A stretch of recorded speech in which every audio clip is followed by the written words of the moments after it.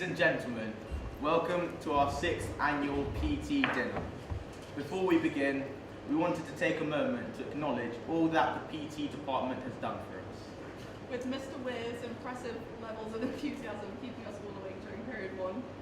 And for Miss Wright's obsession with Look It, which I'm sure has contributed to our guaranteed A stars.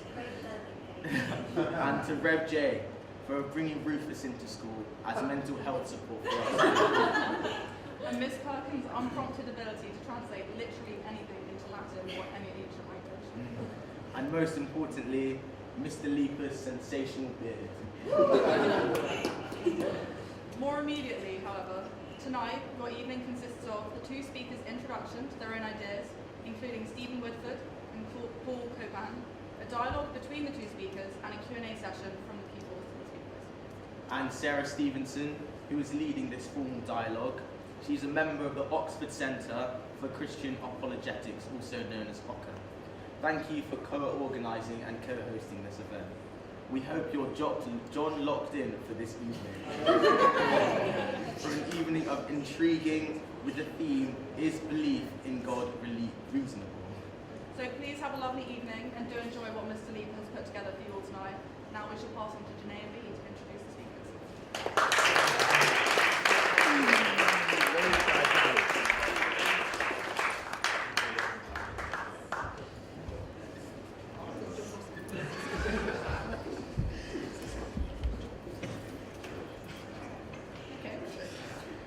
We are delighted to have Stephen Woodford, host of the YouTube channel Rationality Rules, that currently has over 300,000 subscribers. His channel focuses on debunking and refuting key philosophical issues in relation to religion, from free will to the Big Bang. He holds atheist beliefs and most popularly answered 9 questions labeled as questions that no atheist could answer by outlining the fallacies committed in asking each question. He holds that the issue of the problem of evil bears severe merit to organized religions and will delve into similar points as he discusses whether belief in God is reasonable. We are also pleased to have Paul Copan, who is a Christian theologian, analytic philosopher, apologist, and author of many books, including Is God a Vindictive Bully? And 3 Views on Christianity and Science.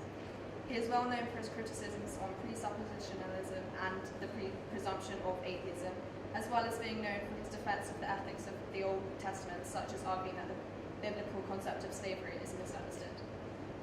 He is currently a professor at the Palm Beach Atlantic University. He earned a Bachelor of Arts degree in Biblical Studies from Columbia International University and received his Master's in Philosophy of Religion from Trinity International University. Please can we all give a warm welcome to Paul Copan and Stephen.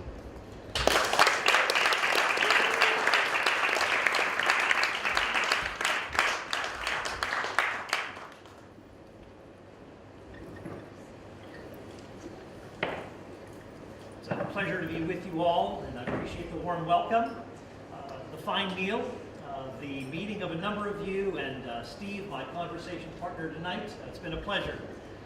Steve is a naturalist, I'm a theist, and I'll argue that theism is more likely true than naturalism, and I'll be quoting a lot of naturalists actually to make my point. So I'll first of all offer a few incidental comments on the nature of faith. Then I'll talk about what theism and naturalism are. I'll focus on the implications of naturalism, and then give reasons for why certain phenomena, the universe's beginning, fine-tuning, consciousness, rationality, human dignity and morality, even the problem of evil, are far less surprising or shocking if a personal God exists than on naturalism. That is, the context of theism is more natural than naturalism itself, and provides a better fit for the disparate phenomena that we take for granted. So I shall proceed with unperturbed pace, deliberate speed, and majestic instancy. In terms of faith, the Christian faith is a knowledge tradition, not personal opinions, not blind leaps, or ignoring or resisting evidence. The Bible routinely appeals to evidence. The Apostle Paul said that if Jesus did not rise from the dead in history, then there is no Christian faith. And 1 Corinthians, Paul gives a list of eyewitnesses who saw Jesus alive after his death, including 500 at one time, most of whom were still alive when Paul was writing. But doesn't the Bible in Hebrews 11:1 speak of faith as being the evidence of things not seen? Well, what about that? Well, faith is primarily a matter of personal trust, allegiance, commitment to God or Christ, like trusting or committing yourself to a person you'll marry. You want to make an informed commitment based on evidence. And faith and evidence go hand in hand in Scripture. Hebrews 11 itself says that God spoke directly to people like Abraham, brought Israel through the Red Sea out of Egypt, raised people from the dead, shut the mouths of lions, and so forth. A lot of evidence right in that same chapter itself. But what is the issue here that sometimes is picked up on in verse 1 is that these people mentioned in that same chapter did not see the fulfillment of the promise, which the author of Hebrews says is fulfilled in Jesus Christ, to whom they were looking forward, who clearly reveals who God is. And then in Hebrews chapter 2, the author says that he himself was an eyewitness of the signs, wonders, and miracles performed by Jesus' own disciples as confirmation of Jesus' teaching. I can point to other texts like Luke 1, where the Jesus biographer Luke speaks of having investigated everything carefully from the beginning. And I can go on to talk about how the New Testament in the Scriptures talks about terms like eyewitness, defense, testimony, confirmation, and also talking about having seen and heard and even touched Jesus. And I talk about these sorts of things in the second edition of my book, Loving Wisdom, in case you want to look it up. And for what it's worth, I've edited 3 books on the historical Jesus and the evidence for the bodily resurrection, which has actually grown in strength and has continued to mount this historical foundation for the resurrection over the decades since the 1970s. But again, I'll say no more on that. How do we define theism and naturalism? Well, theism, I'll give 3 basic tenets. First, a maximally great worship-worthy being exists. Secondly, that this being created a world a finite time ago, 13.8 billion years ago, a world that is distinct from God. And thirdly, this God created human beings in God's image with dignity and worth and capacities to use imagination and create the arts and so forth. Naturalism, also 3 tenets. We call them 3 isms. The tenet of materialism. Matter is all the reality that there is. Kai Nielsen, Professor Emeritus, the late Professor Emeritus at the University of Calgary, says naturalism is the view that anything that exists is ultimately composed of physical components. Daniel Dennett, another naturalist of prevailing wisdom in the academy, is materialism. There is only one sort of stuff, namely matter, the physical stuff of physics, chemistry, and physiology, which can explain all phenomena. The second tenet, determinism. All events are determined by prior physical forces going all the way back to the Big Bang. No free will, personal responsibility, moral agency.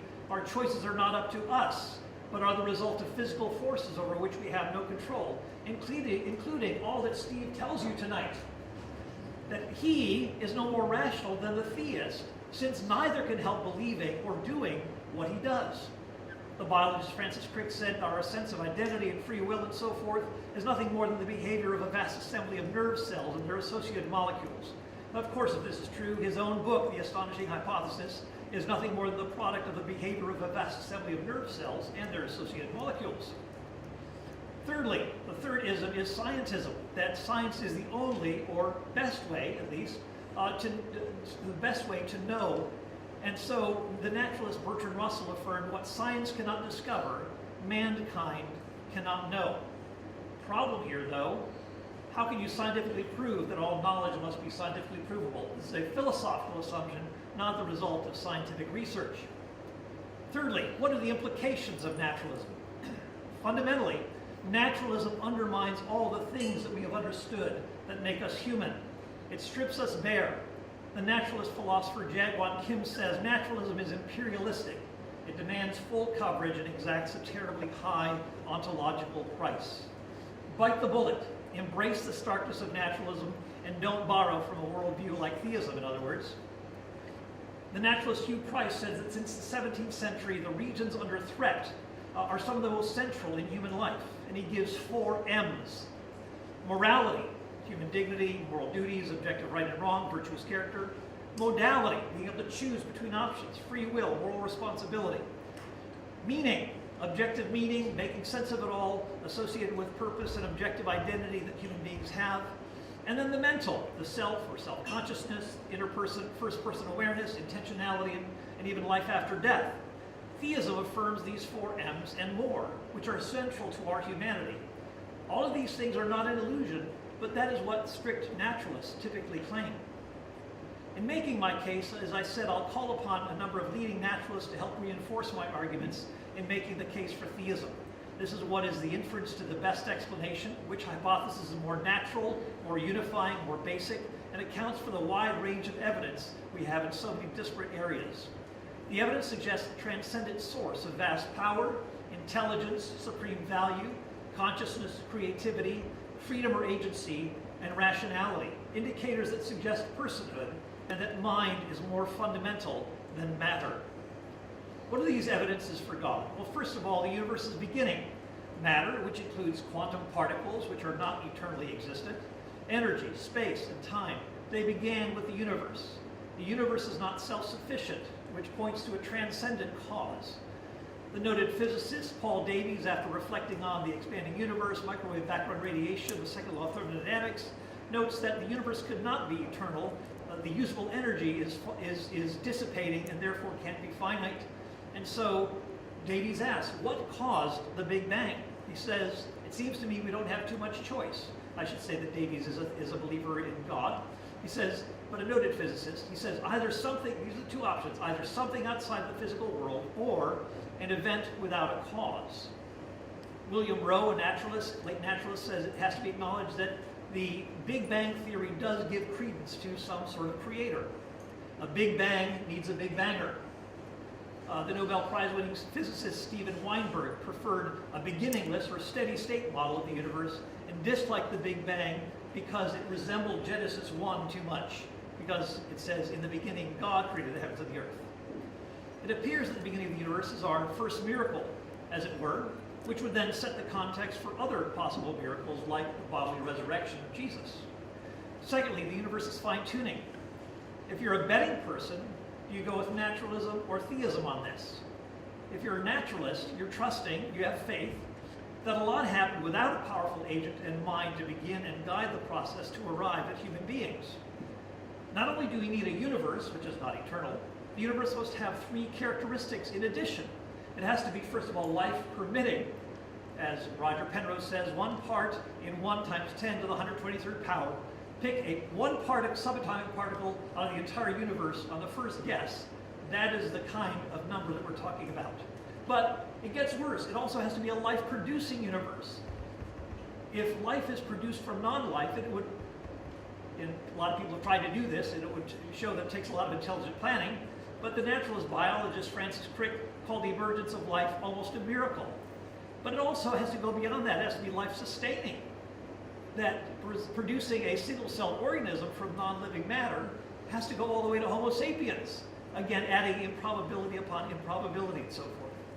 But given theism, all of this makes excellent sense, as there is an intelligent and powerful being to guide all of this. The theist, Alan Plantinga, says such fine-tuning is not at all surprising or improbable on theism. God presumably would want there to be life, intelligent life with whom he can communicate and share love. Given atheism, this fine-tuning is surprising. Therefore, theism is to be preferred to atheism. The late British philosopher Antony Flew, probably the most noted atheist of his day, abandoned theism, atheism, and embraced belief in God, which he claimed is supported by the most recent scientific discoveries, following the dictum, follow the evidence wherever it leads. And he listed all of these things that I just talked about. What about consciousness? Michael Lockwood, a materialist or naturalist, confesses that the problems with giving a naturalistic account of moving from brain activity to consciousness is so glaring, and he says, I cannot believe that anyone with philosophical training looking dispassionately at these programs would take any of them seriously for a moment, were it not due to prior commitments to materialism. Colin McGinn, same thing, philosopher of mind, naturalist. Consciousness seems like a radical novelty of the universe not prefigured by the after effects of the Big Bang. Daniel Dennett cuts to the chase, calling consciousness an illusion. Of course, the problem here is that one has to be conscious to experience an illusion. On theism, however, a supremely self-aware being exists, and then we have a very plausible context for consciousness. But things get worse for the naturalistic perspective, because the mainstream naturalistic view in the academy denies the reality of consciousness, like Daniel Dennett, which means that suffering doesn't exist either. As the Christian philosopher Stuart Getz reminds us, if you think that there is a problem of evil, then you must, if you're consistent, break ranks with contemporary philosophical orthodoxy. There is no problem of evil from the strict naturalist point of view. Daniel Dennett himself confesses that intrinsic human rights is nonsense on stilts, so there can be no violation of anybody's rights. We talk about personal agency and so forth. but I won't go into a lot of these things here. But rationality is another indicator of a theistic source. Steve does videos for Rationality Rules, but it seems a problem is here. The naturalist philosopher Alex Rosenberg, in a meeting with other leading naturalists, says it's a dirty little secret that among us naturalist philosophers is giving a naturalistic account of reason. No one chimed in to say, hey, wait a minute, no, we really can in this gathering. The naturalist philosopher of mine, Patricia Churchland, says that the nervous system enables organisms to succeed in the 4 F's: fighting, feeding, fleeing, and reproducing. That is evolutionary advantage. And she says truth, whatever that is, definitely takes the hindmost. In other words, you may feel you have free will, dignity and worth, moral duties, and so forth. But according to naturalists, these are false beliefs that enhance survival and reproduction. So from a pragmatic point of view, perhaps schools should just teach that humans have intrinsic dignity and moral responsibility and rights in order to enhance survival and reproduction, but not because this is actually true. But for the naturalist, it seems that rationality too would have to be another illusion. Now, theists can readily account for rationality and trusting our rational faculties to lead us to the truth because we've been made in the image of a rational God. We're wired for more than survival and reproduction, but for seeking the truth as well. This God couldn't be evil because this God has generally given to us reliable belief-forming processes. I can talk about objective beauty, that beauty makes sense of a creative transcendent, is made sense of by a transcendent creative mind that is the source of beauty. Scientists appeal to beauty to justify their scientific theories. The naturalist Richard Dawkins, interestingly, observes that the Milky Way and the undulations of the Grand Canyon strata lead Dawkins into a state of almost worship and abstract gratitude. That sounds like a theistic response. We give thanks to persons, but as a naturalist, whom are you going to give thanks to for the Milky Way or the Grand Canyon's beauty? This impulse makes no sense on naturalism. And if this creator were evil, why would this being create such stunning beauty everywhere? Finally, let me say something about objective moral values. Objective morality, including duties, human dignity, human agency, and so forth. On naturalism, actual value, whether human or animal, doesn't exist. We have just evolved certain moral feelings of moral duties, but not actual duties themselves. It's just how we've evolved, and we could have developed a completely different feeling about morality. Charles Darwin said we could have developed hive bee morality, that unattached females would kill their brothers, mothers would kill their fertile daughters. The naturalist Michael Roos says we could have developed termite morality, that is dwelling in darkness, eating our waste, and cannibalizing our dead. Michael Roos says that our awareness of morality, our sense of right and wrong, a feeling of obligation to be thus governed, is merely of biological worth. We think it binding upon us because we think it has an objective status, but morality is merely a corporate illusion that has been fobbed off on us by our genes to get us to cooperate. So on strict naturalism, there's no problem of evil, which is itself a problem, and there's no objective morality, another problem, but this raises other problems. Randy Thornhill and Craig Palmer, biologists and anthropologists, give a naturalistic justification for rape. When males can't find a mate because of their subconscious drive to survive and reproduce, they force themselves upon females, and they assert that rape is a natural phenomenon that's the product of the human evolutionary heritage comparable to the leopard spots and the giraffe's elongated neck. Julian Baggini notes a problem here. He's a noted atheist, naturalist. He says the more brutal facts of life are harsher for us atheists than they are for those who have a story to tell in which it all works out right in the end, and even the most horrible suffering is part of a mystifying divine plan. If we don't freely admit this, then we betray the commitment to the naked truth that atheism has traditionally embraced. He continues, anyone who thinks it's easy to ground ethics hasn't either done much work in moral philosophy or wasn't concentrating when they did. And he admits that for the theist, at least there is some bedrock belief that gives a reason to believe that morality is real and will prevail. Now, Steve might say, I'll grant you all of these things, but the existence of evil contradicts the existence of a good and powerful God. Maybe there's an evil creator. But how does Steve define evil? Something that goes against how we've arbitrarily evolved? No, evil is a departure from the way things ought to be, not simply the way that we feel things ought to be. For naturalism, there is no way things ought to be. Secondly, even if these reasons I've given are sound, and if the creator happens to be evil, then naturalism is false.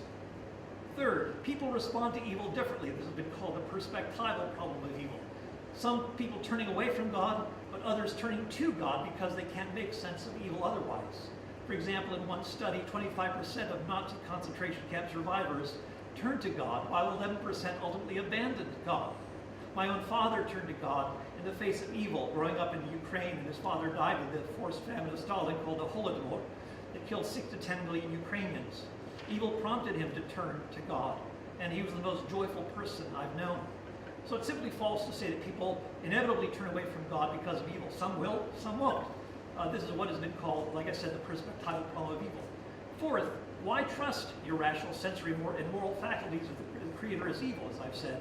If you do, it seems like you've been made by a good, reliable God rather than an evil one. Let me just finish with this. Every worldview, including naturalism, has to account for evil. Which worldview does the best job of it? Naturalism doesn't have the proper structure in place to do the job.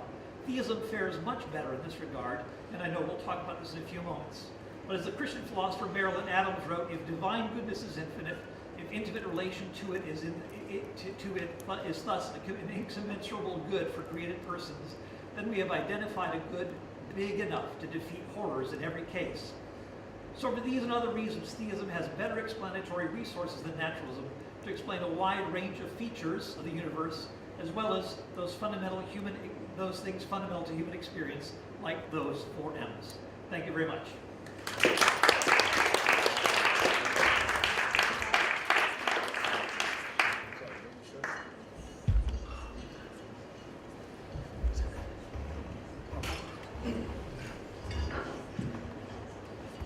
I assume you can all hear me at the back. Amazing. Awesome. Why, hello, my fellow apes. I hope you are well. My name is Stephen Woodford. I run the YouTube channel Rationality Rules, and it is an absolute pleasure to be here this evening. Believe me when I say it, I am sincerely grateful for all of your time. We could be anywhere else, and yet you're here. Tonight, we're here to discuss whether it's reasonable to believe in God, and by God, we mean capital G God. Theists don't worship some vague creator entity, do they? No, they worship a very specific God, a God that's omnipotent, omnibenevolent, and he's revealed himself through Scripture. And if you're lucky enough, he may have revealed himself to you, or will reveal himself to you. But you've got to be careful, because this is also a sign of schizophrenia. I know, God works in mysterious ways. Tonight, we'll be examining these claims and attributes to see if they stand up to scrutiny. Is it reasonable in this day and age to believe in God? Here's a mind-breaking fact to begin with. In the Milky Way, our gorgeous galaxy, there are 400 billion stars. So we can conceive of 10,000 people at a concert. We can perhaps conceive of 100,000 people at a decent festival. 1 million? Not really. 1 billion? Definitely not. 400 billion stars in just our galaxy. And each of those stars is a sun with potential planets and life. What's more, in the observable universe alone, because we can only see so much of the universe, there's 200 billion galaxies. That is absurd. Now I want to keep this humbling fact in mind as we move forward. Because here's a similar humbling fact. If we represent the Earth and its history in a 24-hour period, we humans arrived at 11:58 p.m. That's right, we've been here for just 2 minutes, and all of recorded human history sums up to the last 3 seconds. Furthermore, until now, 99.9% of all species that have ever existed on Earth have went extinct. And they didn't go extinct nicely, did they? No, evolution is far from pleasant. Consider lactose tolerance, which is very high among Caucasians. Why is it that I, as a Caucasian, can consume milk? It's because my ancestors, who could digest lactose into their adulthood, consequently were better nourished, and therefore they were healthier. Notice that evolution didn't select for the most moral people to survive. No, it picked those that could produce lactase into adulthood.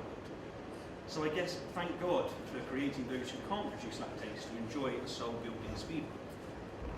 Furthermore, many well-developed species still went extinct because they didn't evolve for acts of God, such as the meteorite. Dinosaurs went the way of the dodo despite being apex predators. These mass extinctions consist of 50, 60, 70, 80, up to 90% of all life on Earth wiped out. It's happened many times before, way before we turned up.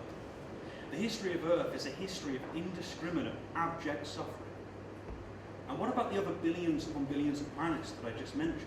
We cannot conceive of the suffering that's happened on Earth, let alone in the vast cosmos. But when you contemplate this vast, indifferent universe, when you contemplate these mind-breaking facts, rest assured, we're told, for apparently this is all designed with us in mind. And not only was this built for us, but, I've lost myself, excuse me, cosmos, it was built with you in mind, because Genesis insists that it is. The Grand Cathedral was built with us mice to eat from its corners. For if God was all good, he also built the best of all possible worlds. Important thing to note. For if God is all good, then he would want to create the best of all possible worlds, and if he is all great, then he would have done so. So in all this vastness, in all this suffering, in all this redundancy, this is the best that God could do. Now I bring up these facts to emphasise that theists today have something profound over their predecessors, and it's this: they have a far greater faith than their ancestors, because they're aware of what Augustine was not. Their faith eclipses the saints. If we go back to the saints, if we go back to the infancy of our species, the stories of the holy works were vital. It made sense to think that we are created because the complexity of us appears to be created. Just look at your hand. Look at how the blood vessels regulate the temperature. Look at how the joints move. Absent knowledge of evolution by natural selection, that is a compelling, intuitive argument. Likewise, it made sense to depict the Earth as the centre of the universe, because from our standpoint, we are the centre. When you lay in the ground and you look up at the night sky, the stars walk around you. It made sense to say that plants and animals were made in their current forms, because that's precisely as they appear to be. It made sense to say that we are a distinct creation, above the rest. The story of the Tower of Babel gave us an understanding of the phenomenon of different languages. It made sense to attribute diseases, famines, storms, earthquakes and such to God's wrath. But as we made advancements, discovering God's word, what did we expect to find? We expected the Bible to be vindicated. We expected to find that life can't develop through natural means. We expected the age of the earth and the universe to match God's words. We expected geological and fossil records to reflect the Garden of Eden. We expected genetic diversity and human ancestry to reflect Adam and Eve. We expected evidence of a global flood. But this didn't happen. Evolution by natural selection threw creationism aside. Astronomy revealed that the Earth is not the centre of the universe, and worse, there isn't a centre of the universe. Geology has exposed that the Earth is significantly older than what's suggested in the Holy Books, and yet astronomy has exposed that the Earth is significantly younger than the cosmos. Each of these examples demonstrate a pattern: theistic explanations being replaced by naturalistic explanations. As we uncover more about our universe, the realms once governed by religious facts increasingly fall under the domain of scientific, naturalist understanding. And this compels us to answer an uncomfortable question. If a horse had lost 1,000 races, would you still bet on it to win the next? This metaphor aptly illustrates the track record of theism when compared to atheism in explaining our world. This is precisely what we would expect to see if there is no God. For now, let's put a pin on this and move into the moral sphere, because this is a supposed last bastion of theism, before we even mentioned morality. Why, so asked the prominent Protestant pioneer Martin Luther, do women mature much quicker than men? Why is it that women, they finish their puberty before men? What's going on? Because it's an easy one. This is an easy one to answer. It's for the same reason that weeds grow faster than roses. He's saying and insisting that the reason men take longer to develop is because of the same reason it takes roses longer to develop. You just need more time for it. And the reason I mention this is because all three great monotheisms, they depict women as below men. In Genesis 2, God describes women as helpers. In 1 Corinthians 14, Apostle Paul instructs women to be silent and submissive in church. Ephesians 5 insists that women submit to their husbands. 1 Timothy 2 ensures us that a woman should not teach or assume authority over a man. St. Augustine, St. Aquinas, and all of the rest came with these receipts of revelation. Today, however, theists will disperse of these verses, relying more on the vacuously vague right is written on our heart. That's how they justify finally giving half of humanity basic dignity. But what's going on here? How do theists explain this progress, this moral progress? On the one hand, we're effectively told by modern Christians that their saints, no less, read the Bible wrong. But think of what this entails. Should these saints even be called saints when they have so egregiously misrepresented God's words? And what of God? Are we really to believe that despite wanting to communicate with us, he could and would so egregiously fail in doing so? Are we going to buy this? Really?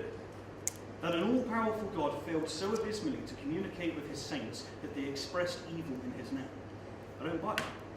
But on the other hand, modern theists address this moral fluidity by saying that our ancestors lived in a different time. But think of what this entails. Theists insist that there are universal, objective moral laws. But what good are these laws if they are subject to time and socio-economic circumstances? Are we really to believe that an all-loving God could and would say yesterday that women are second-class citizens, but today that they're equal? Nonsense. No omnibenevolent entity could pivot like this.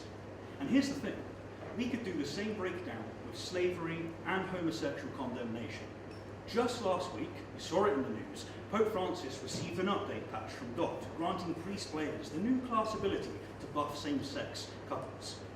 Yeah, what we're witnessing right now, right before us, we're seeing it with our own eyes, is supposed objective moral values of theism being relative, changing to the circumstances, as it has for the particularly last 300 years. But what do religions do about this? How do they deal with this history? It's genius. They spend great resources, often tax-free, to decorate the likes of Paul Copan to obfuscate these truths. Once the pious are dragged kicking and screaming into modernity, they have the audacity to claim that our moral progress is theirs. But it's worse. They say that if it wasn't for Judeo-Christian values, then we wouldn't be speaking here about these things at all. But the briefest look at history and what the church fathers actually believed and how they backed up their unfashionable views by today's standard with solid scripture demonstrates just how unreasonable modern religion is, or it is to believe in God today. Apologetics is, by my lights, a lie we tell ourselves, a soothing fiction that we adopt, sacrificing our integrity to reassure us of our fears. Thank you very much, I appreciate it. I'm looking forward to the conversation that comes.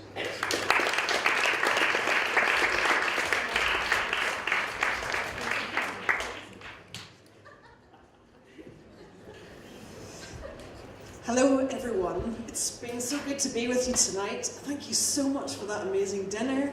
And to those of you that have spoken already, thank you so much for your welcome. And it is a real privilege to have with us Paul Copan, as you've already been introduced. You've joined us from the sunny state of Florida in America, where he is a professor who's written over 40 books and has a PhD.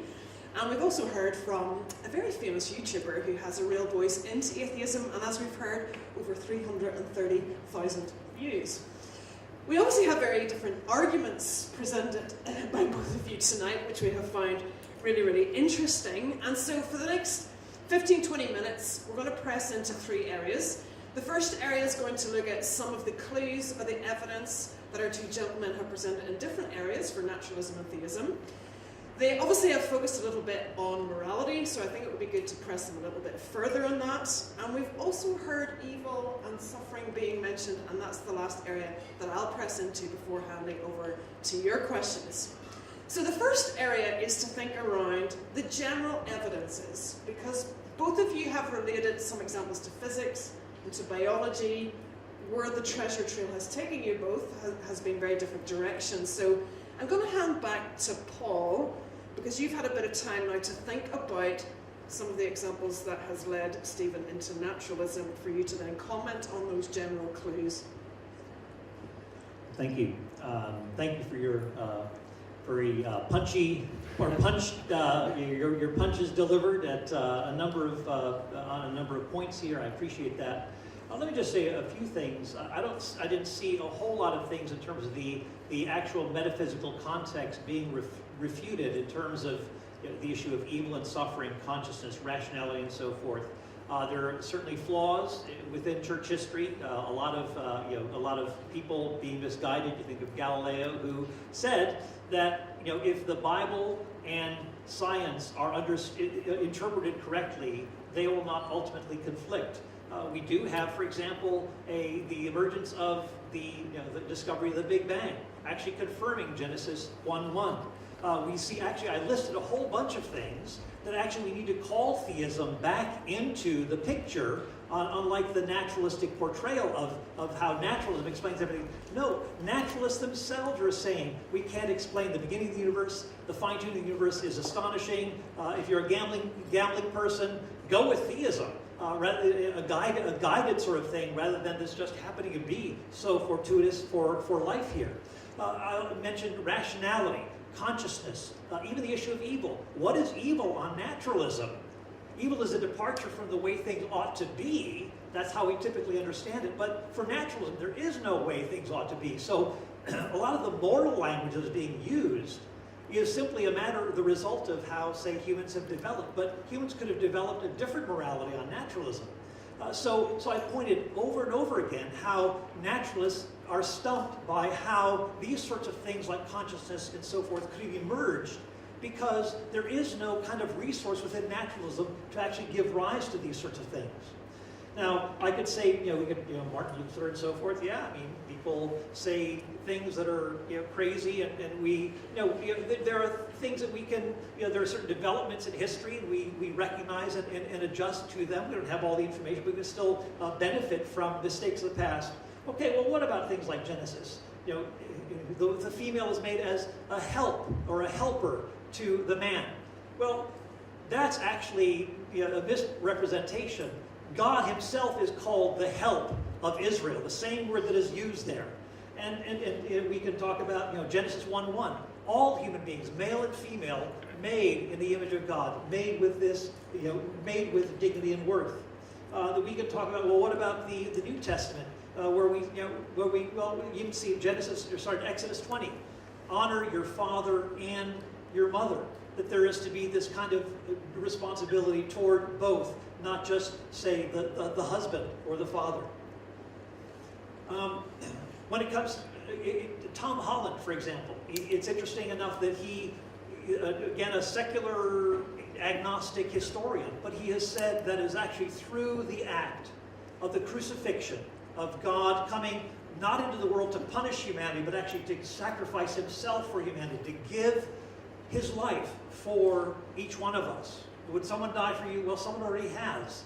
And Tom Holland says that this act, even though he doesn't come down on the historical sort of issue here, he says it was this representation that actually has changed the ethic of the West.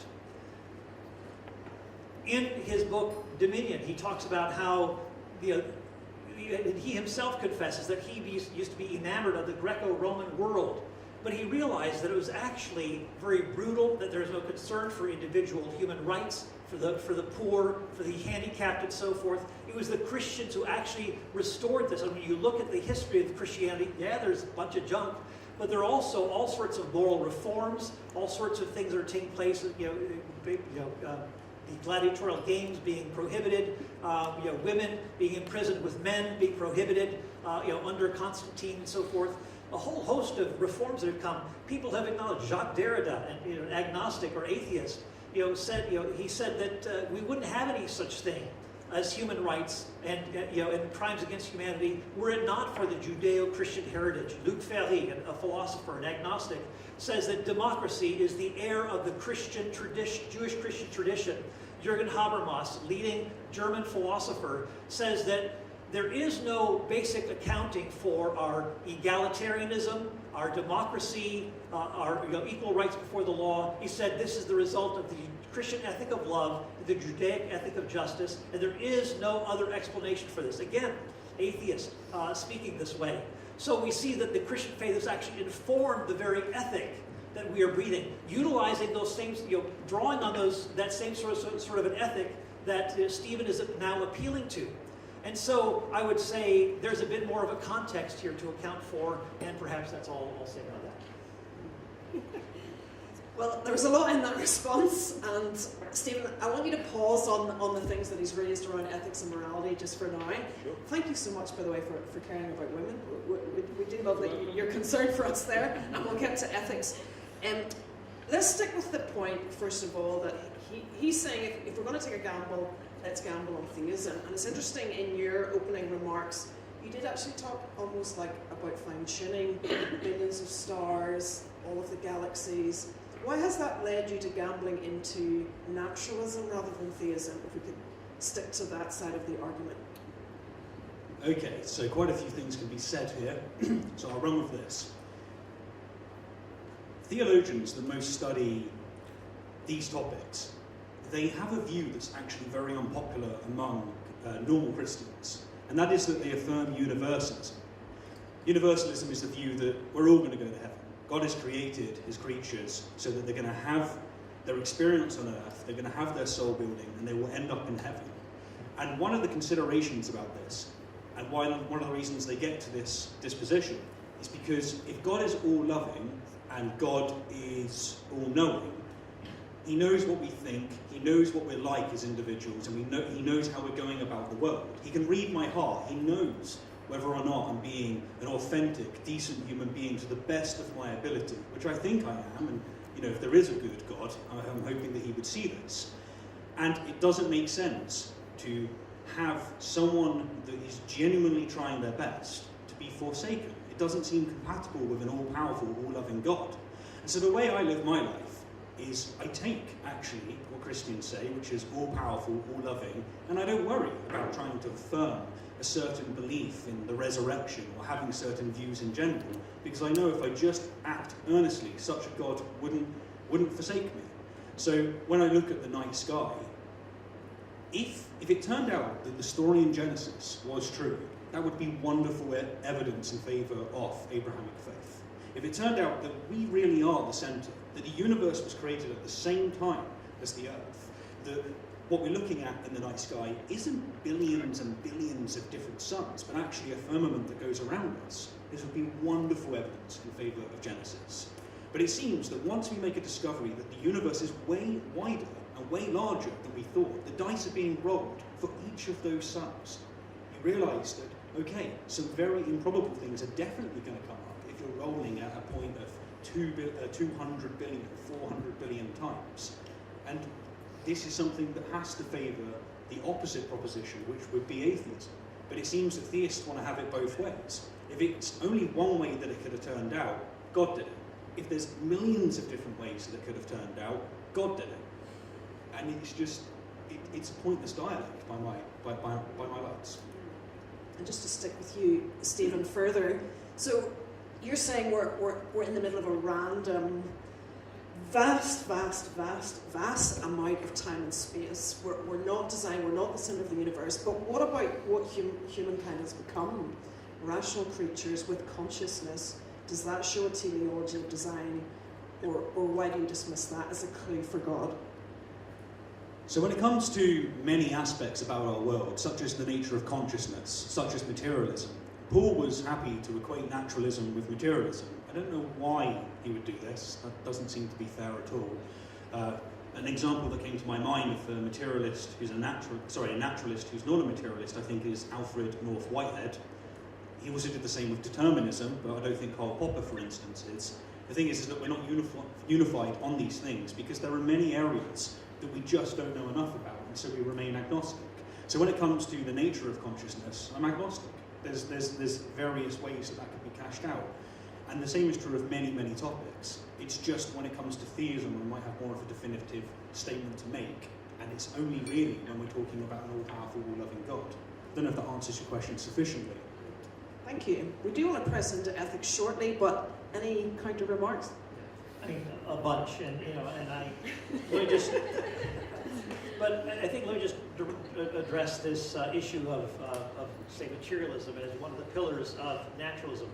As I mentioned earlier, I quoted Stuart Getz, who says the majority view in the academy is this strict naturalism that holds to this materialism, and again that the implication that there is no that consciousness does not exist, and therefore that there could be no suffering. So he's saying it in light of that. And if you're going to appeal to the problem of evil as calling yourself a naturalist, you're going to have to go against the mainstream of the academy today. So I'm arguing from what the mainstream is in the academy. Now there are some people who will be, we can call them broad naturalists, but they are actually drawing on the resources of theism, or a view like it, with value, consciousness, moral freedom, and so forth, in order to kind of puff up this viewpoint. But as Jaegwon Kim said, that naturalism is, you have to pay a high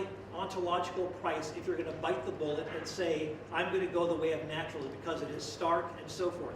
I quoted Julian McGeady, who said that the theists actually have the upper hand when it comes to accounting for morality. So I'm basically arguing for the mainstream. I'm not saying that there aren't naturalists who aren't broad naturalists, but I think that they're actually borrowing from a theistic worldview. And in fact, I did a book, co-edited a book on naturalism called On the Naturalness of Belief in God, that this is the more natural way of going about things. And I do mention in the introduction that there are strict naturalists. I think they're the more consistent naturalists. And then there are broad naturalists who are borrowing from another worldview that actually doesn't derive from matter as the foundation of reality. So I can jump in on that. I can talk about other things, but I know we're like the Egyptian mummy, pressed for time.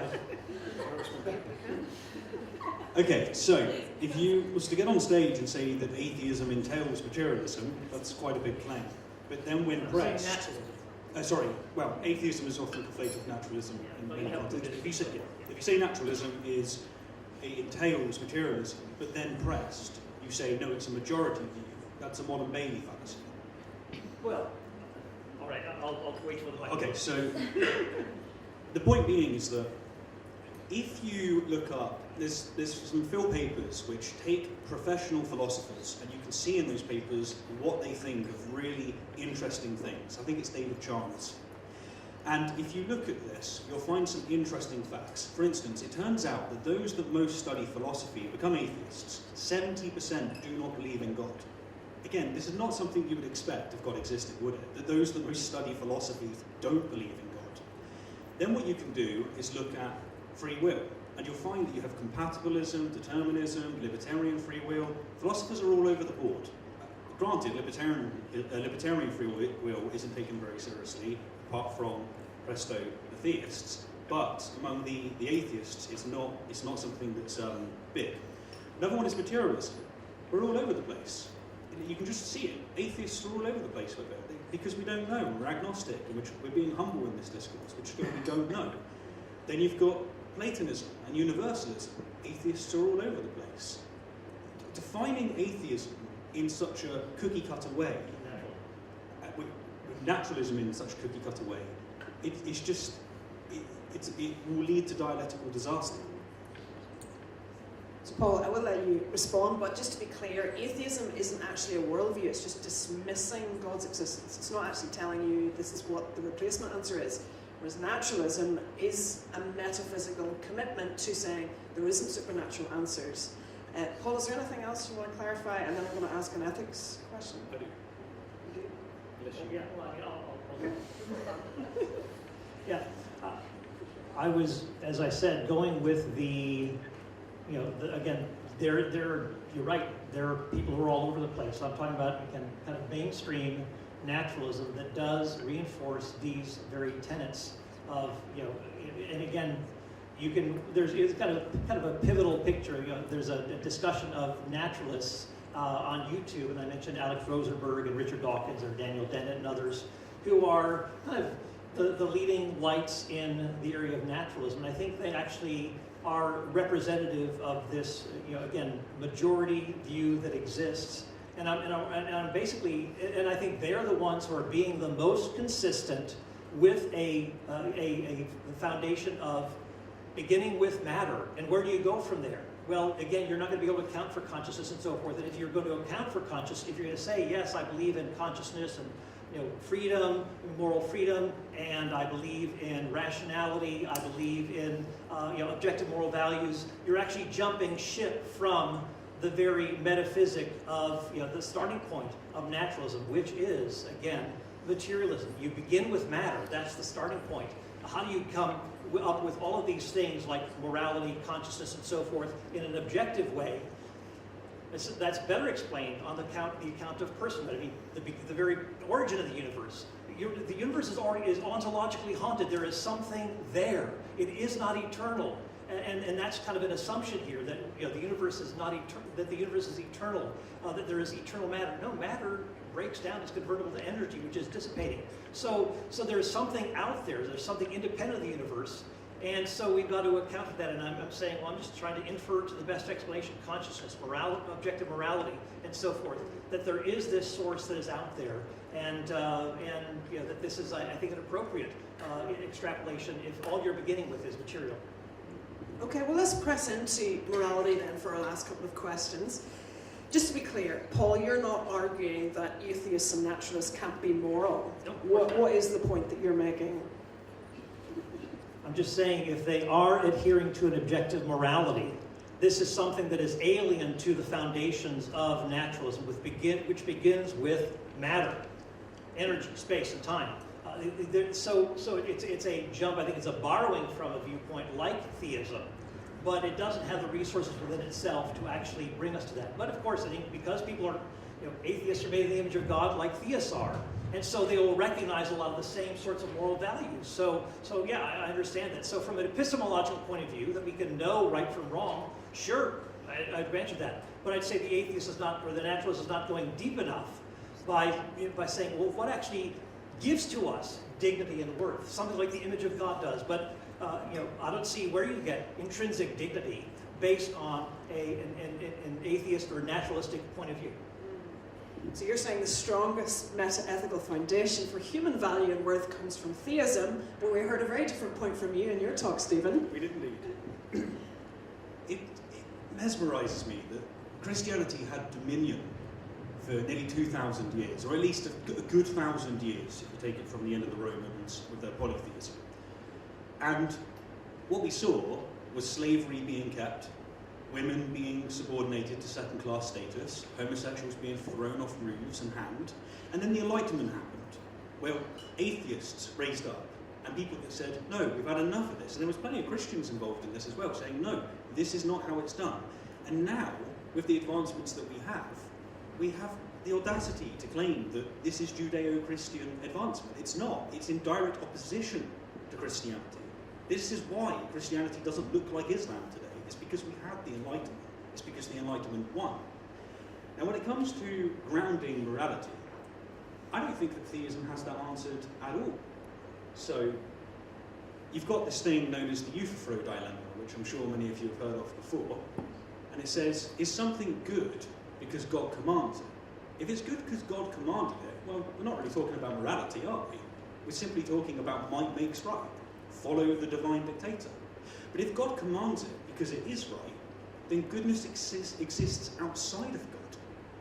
And thus, it's open to atheists. It could be a Platonic form, for instance. It could be non-materialistic. I'm open to this, right? So you have this situation going on here. So I don't think that when it comes to the hard grounding of morality that our intuitions cry out for, theism or atheism can give you the answer. I think really it's going to be cashed out in terms of evolution, playing into our intuitions. So a final question for you. Where does the motivation then come from? If you do dismiss ultimate meanings and purposes such as God, where does the motivation come from then to live a particular moral life? Lots of ways that you could go around this, but if I just do it from a personal angle, it would be this. I'll give you an example. I don't eat meat. Why don't I eat meat? I can't eat meat, everyone eats meat, it's a normal part of society. It's because I lose sleep. I lay there at night and I go, damn, that was a sentient being. And for me, personally, that causes me enough disruption, enough reflection, that I just decide I don't want to do it. Why is it that I'm nice to people? It's a similar thing. It's because I feel bad if I act in certain ways. That's good enough to be my motivating factor. It's what motivates me to act in moral ways. Fortunately, we've made more discoveries and we've figured out what's really going on. You know, what is at the background, and you are going to get etched into evolution by natural selection, and it's going to have some very uncomfortable truths. But one of the things we have learned from finding out about the 200 billion galaxies, the 400 billion stars in our one galaxy, so many facts that we've learned about in the last 2 centuries is that much of the world is not in tune with our intuitions, and it will violate what we want it to be. I think you need to be courageous to just accept that, okay, some of the things we want are not that way. You have to navigate that space through different means. And Paul, final responses? Let me touch on the Euthyphro argument. It's not a dilemma. It's an argument.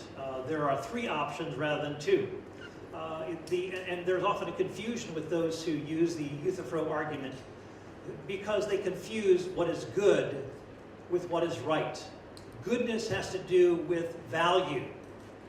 And value includes things like deeds that go beyond the call of duty, like deeds of supererogation, like donating your kidney to a stranger. That's a good thing, but it's not as though you're morally obligated to do that. So deeds of supererogation, beauty would be another source, would be another category of value. We could also talk about rationality as being something that is of value, called axiology, and also something within there is, we could also add duties. Duties are a broader part of goodness, but they are not goodness itself. So to equate God's commands with goodness is a fallacy. It's a mistake. And a lot of contemporary divine command theorists like Philip Quinn, Robert Adams, Stephen Evans, they're saying it's not as though morality is arbitrary, that just God says this is right and this is wrong. Even in the scriptures, there are things that God says he could not command because they're intrinsically evil. So there is a good and just God who is not going to command some things. There may be some difficult things that are commanded, but God is not going to command something that is intrinsically evil. And the point is that those commands are our duties. But there is a good character behind that, and so to say that goodness is simply arbitrary misses the point that goodness is rooted in the very character of God. And so so we can say, well, what about on a naturalistic viewpoint? Well, what is the standard of goodness? Where does that come from?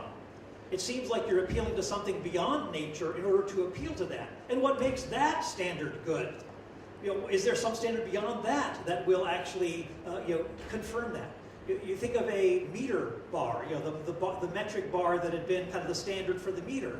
Well, that was actually what set the standard for what the meter was, and there was no need to go beyond it and say, well, what's beyond that meter? That was the standard. That was sufficient. In the same way, God's character is a sufficient stopping point. And we can also add that if there is this sort of a moral standard that exists, how is it that human beings who have kind of just evolved this kind of like eternal standard that has existed, well, how is it that human beings have evolved to the point where those things that they affirm as their duties actually correspond to those, say, eternal moral facts that have been anticipating them? This sounds like a great cosmic coincidence. It's a lot simpler to say that there is a God who is the source of goodness, who issues commands, who also makes human beings in God's image, so that there is a much simpler, organic, unifying explanation than saying that there is this standard out there, this transcendent standard, and that human beings have kind of evolved to recognize that as being what is the go-to mark for how they ought to behave, for example. So I think the Euthyphro dilemma is not a dilemma at all. There's a third option here, that God is the source of goodness, and that those commands that are distinct from value or goodness are actually issued from that character that is good and just. I know you want to respond. Really? Yeah. I also wanted to ask other questions around evil and suffering, but we are coming to the end of our time. It's interesting, we've looked at cosmology, physics, biology, morality, and we've 2 different worldviews sitting here. And where do you want to take the question? So I'm going to hand over to Sam, and let's see what you want to ask our speakers.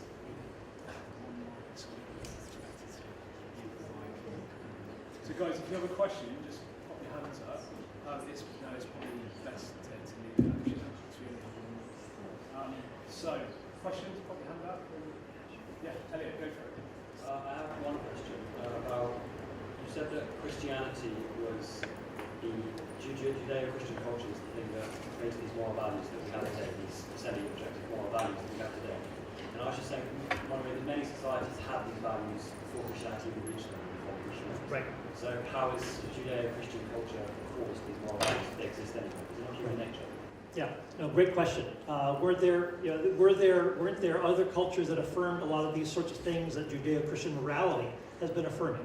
And I would say C.S. Lewis is one who does document this in his book, The Abolition of Man, where he looks at, and I think this is a reflection of the image of God, that there are these kind of go-to moral principles like honor your parents, keep your promises, show kindness to those who are downtrodden and so forth.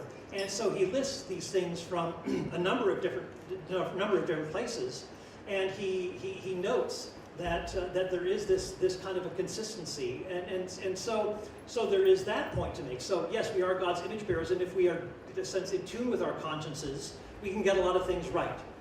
Secondly, the point about Tom Holland, the historian, he said that the world into which Christianity came was brutal, that there was no regard for those rights. So a lot of people, in a sense, forgetting or losing touch with conscience, losing touch with the objective moral values that are to guide our lives.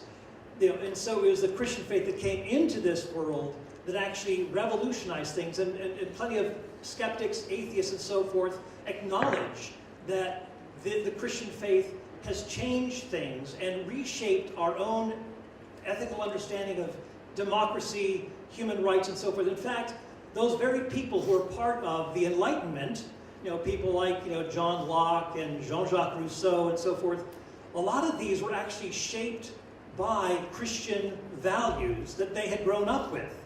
That Robert Woodbury has done an excellent job. He teaches at Baylor University, a sociologist who has actually said that it's been through the influence of, say, largely Protestantism that has emphasized the importance of individual human rights, and where you have, say, Protestant traditions that have been well established in countries, that you have, say, a stronger emphasis on democracy, you have greater emphasis on public education. It took the Catholics a longer time to catch up with them. But again, due to certain principles within the Protestant Reformation, such as the right of all believers to read the Bibles for themselves, the priesthood of all believers that they can have access to God directly, and so forth. So I encourage you to take a look at Robert Woodbury's work at Baylor University, take a look at Tom Holland's work. But yes, there is a general, when people are doing their moral best, they will reflect those sorts of values. But the Christian faith that came into the world has actually had a reshaping effect in places like, basically where you have the imprint of the Christian faith in terms of, say, Protestant missionary schools and so forth. These are the people who are actually leading, those who went to these Protestant missionary schools in Africa and Asia, were the ones leading their own countries into democracy. And so Robert Woodbury documents these sorts of things. So I'll perhaps pause it there. Can I get a word? Yeah, sure. It's a great question. I just wanted to make a couple of comments on it. So when Islam arose in the Iranian Peninsula, it did improve some of the rights with women there. And this is something that Muslims are always going on about, even though by today's standard, if you're under the Quran and the Hadith, a woman's testimony is only worth half that of a man's. But back then it was some radical woke stuff on that, right? That's what was going on. Likewise, when Christianity came in with Rome, it was really a radical change, and a good change, because it came with improvements across the board. Like, this is something that a lot of secular thinkers will happily say, of course this was the case. But then what happened, and this is the problem with religions, they're dogmatic, they're stagnant, and this is why the Enlightenment had to happen, and why now religion is always far further behind. Last week, the Pope says, hey, we're going to go super, super liberal and say that, you know what, when gay people come to church, you can actually bless them. That's a radical change that hasn't happened throughout all of the dominion of Christianity. And so there's just something to be noted of, you can admit that a religion is good and often provides great utility when it arises, but it becomes a problem, almost like a parasite in my opinion. You presented a lot of evidence sort of suggesting a finite start to the universe, for example, the energy running out and that sort of thing.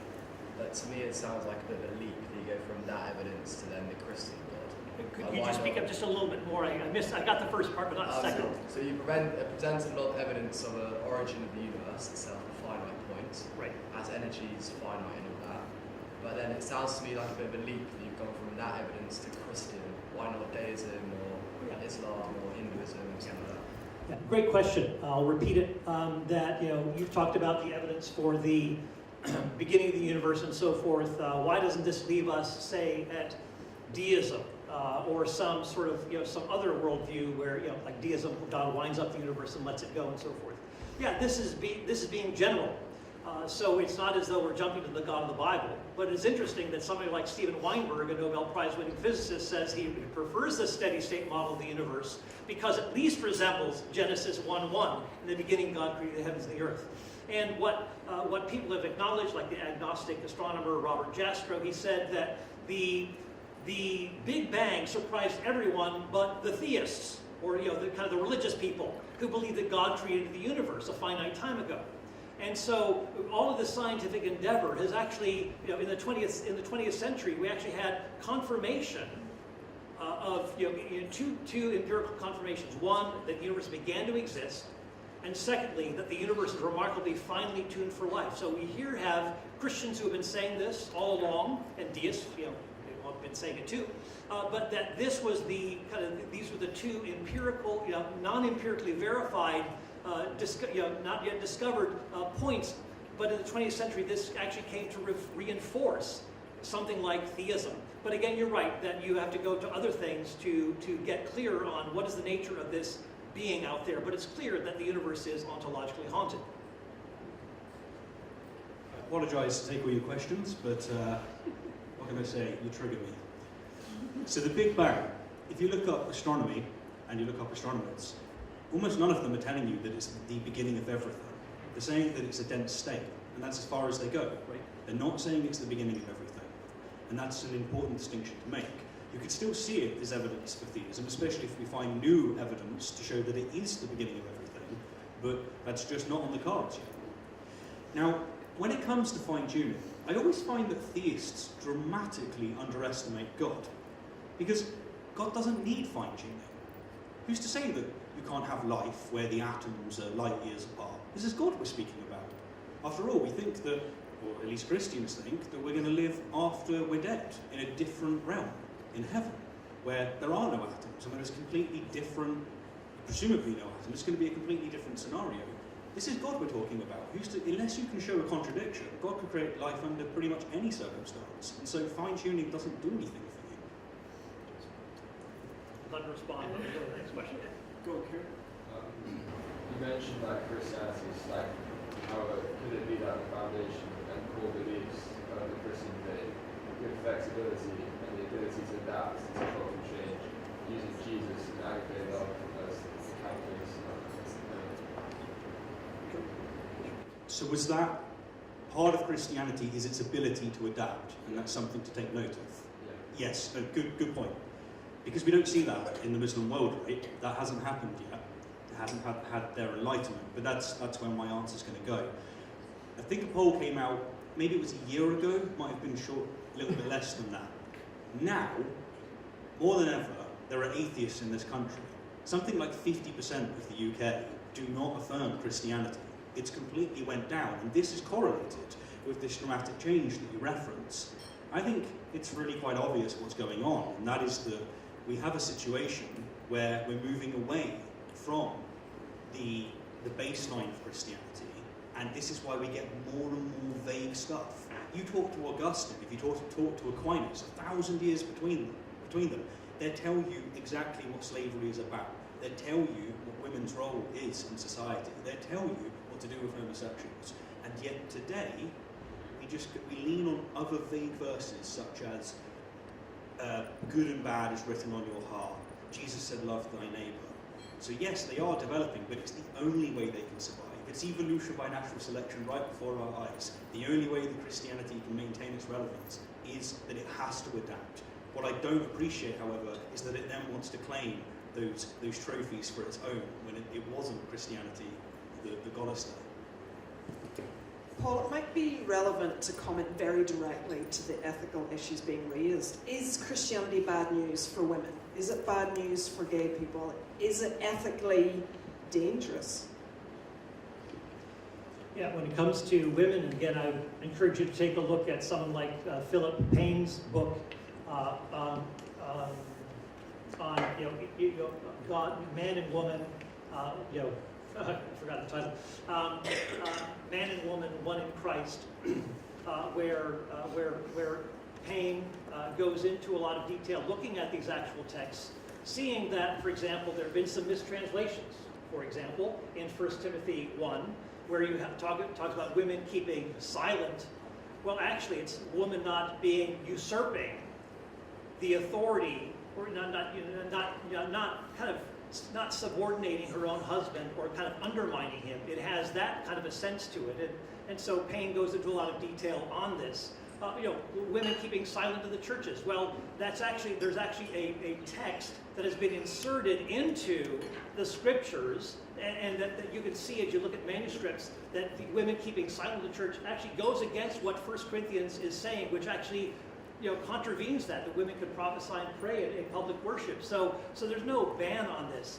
There's a lot of pushback, yes, in the first century world, where women are actually, literally letting down their hair, which is a sign of kind of loose living, where women were, in letting down their hair, they were kind of insulting and shaming their husbands. And so in this, quote, women's liberation movement that is actually undermining the relationship of husband and wife, Paul is speaking into this. But you see women who are actually involved in teaching, like Aquila and Priscilla, a team. They're instructing someone who succeeded Paul in Corinth. You also see, for example, church leaders like Phoebe, a deaconess. You see Junia, who is an apostle. So you have leadership there. But yes, some of these things have gotten misread and so forth. When it comes to the issue of homosexuality, yes, the Bible says the ultimate ethic is between a man and a woman. That this is what is God's ordained design. But it doesn't mean that people who are in are same-sex attracted, it doesn't mean that they're not loved by God, that they are not, that Jesus did not die for them and so forth. But there are some things that all of us, at some point will have to surrender and say, this is the path. Jesus himself, again, the moral exemplar that a lot of people point to. He said that, from the way that it was at the beginning, man and woman, that this is the ideal that God has. And sometimes there are crosses that we do bear when we, in service to God, that there are certain things that we will give up. Jesus said, he took up his cross, denied himself, and there are ways in which we will have to say yes to Jesus, who has the greater authority over us. Anyway, I can go on to talk about these sorts of things, and we can, I think that a good public case can be made for these sorts of things. But I'd say yes, the Bible does hold the line on this sort of thing, that there is a design that God has made for human beings, within a marriage. But I know a lot of people who are gays. I have gay relatives and so forth, and we have loving, respectful, kind, vacationing together and so forth. Those sorts of things. So it doesn't mean that you hate the person, but just means that there are some things that are not in keeping with the way that God has designed things. So I wouldn't agree with the Pope, for example, on this. I'd hold the line. And anyway, I know we're on ethics. I could jump into other things, but let me just pause it there. Would you say that the claim that there is an objective moral standard, is that a very anthropocentral sort of claim? Because yes, humans do act in a pattern, humans do behave in a way like they're self-aware, they're aware of morality, but the majority of sentient beings don't. And the majority of sentient beings don't act the way that human does, and they don't conduct themselves in a particularly moral way. So other sentient beings of feel pain, don't seem to live moral lives. So you're saying should we not be something similar, or what makes humans unique into having a moral code? I'm saying that just because human act this way, so we see that it's an objective. So have humans made it up? Is that, yeah, me too. Yeah, have humans made up morality? Well, I think that Steve would say that this is the way that human beings have evolved, that there is no objective moral realm. I don't know if you would say that, Steve. Is there an objective? There's a way to catch it out where I would say yes, but the literature is a little bit fuzzy on how to catch Rooted it. in the way that we've evolved, would you say that that's primarily the way to go? I would say that even morality, by this one atheist view, this one naturalist view, morality is something that evolved. And when you look at stories and you look at, take for example, love thy neighbour. This is precisely what you would predict to find in a social species like humans. Because the way that we live and the way that we survive is that we must look after our kin. Those that are part of our community, you love your neighbour, you make sure that you care for them. But you keep a weird fuzzy line where the external can be treated differently. That's exactly what you see in humans. It's the way that racism and sexism, and particularly racism, works, right? And so evolution explains where those feelings come from, such as loving thy neighbour, but it also does a great explanation of showing why our views change over time. Whereas if you use an objective framework such as theism, you're going to struggle with this data. You're going to have to reinterpret scripture. You're going to have different views that are going to be radically different to your predecessors. So this is where I would cache morality. Now, as for whether or not it's objective, it really depends on how we look at this. So for instance, I intuitively have a goal, an ought. There is an ought within me. I ought to be good to my neighbours. That's just something that's within me. There's a right and a wrong way to achieve that. There are many objectively right ways to achieve that. So in that sense, yes, it's objective. However, because Christianity has dominated our culture, because religions dominate our culture, it also dominates our language. And so it wants to say that objective morality is some platonic form or some godly form, and in which case, no, that kind of objective morality is not something that, as an atheist, as a naturalist, I would buy. Well, you do have Stoics who are talking about morality, and Marcus Aurelius talking about the importance of conscience and not going against it, and that there is a moral realm to which they are appealing, that they that kind of a sense of justice beyond themselves. So I wouldn't say it's just rooted in the Christian faith. I mean, you do have this, and I mentioned C.S. Lewis's Abolition of Man, where it goes beyond the Christian faith. I think as you talk about the problem of evil, Stephen, you say that this is you've mentioned that this is a kind of a mark against God, and I'd say it's a problem that all worldviews have to struggle with. But I think that the theist has better resources in terms of making sense of the grounding of human dignity, which of course the problem of evil presupposes the dignity of all human beings, the intrinsic dignity. But someone like Daniel Dennett says that's nonsense on stilts.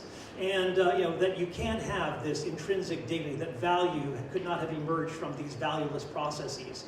And I'd say, well, there are different ways that when it comes to objective moral values, if there is a God, and it doesn't mean that we don't adjust some of our understandings to things like, I think, like the Good Samaritan, whereas Jesus is using someone who's kind of an outsider, who is actually used to correct the kind of inner circle viewpoint of morality, and Jesus is actually using that as an example to kind of rebuke the religious leaders who are in charge. So Jesus is often doing that, challenging the people who are in charge of the religious community, and he's going after them point for point. Take a look at the life of Jesus. Take a look at the kind of moral authority that he carries, that he is actually rising above his own religious day. And I think you're making a great point, Steve, about how religion can get a lot of things wrong and can corrupt things, and within even the Judeo-Christian tradition.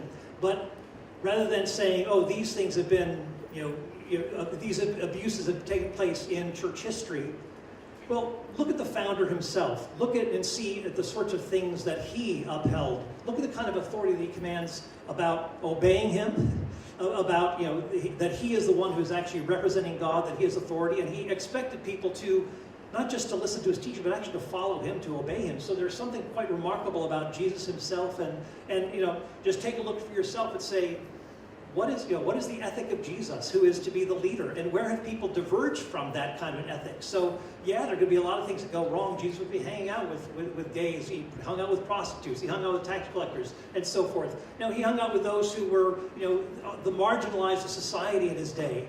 And so whoever happens to be the marginalized of our own day, Jesus would be hanging around with them.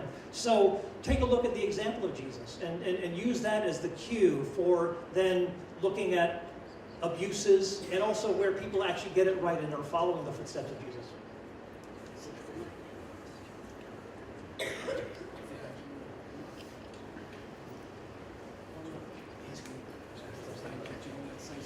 Yes, okay. Yes, I think that we could debate all night. Thank you so much. Can we have a round of applause, please, for us?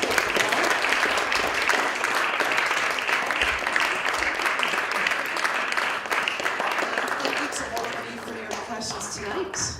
And over to you. Evening, everyone. Before we go on to dessert, I'd just like to say a huge thank you to Sarah for your incredible moderating. A massive thank you. And alongside that, a massive thank you to Stephen and Paul for sharing your incredible ideas and thoughts tonight. We're really lucky to have you here.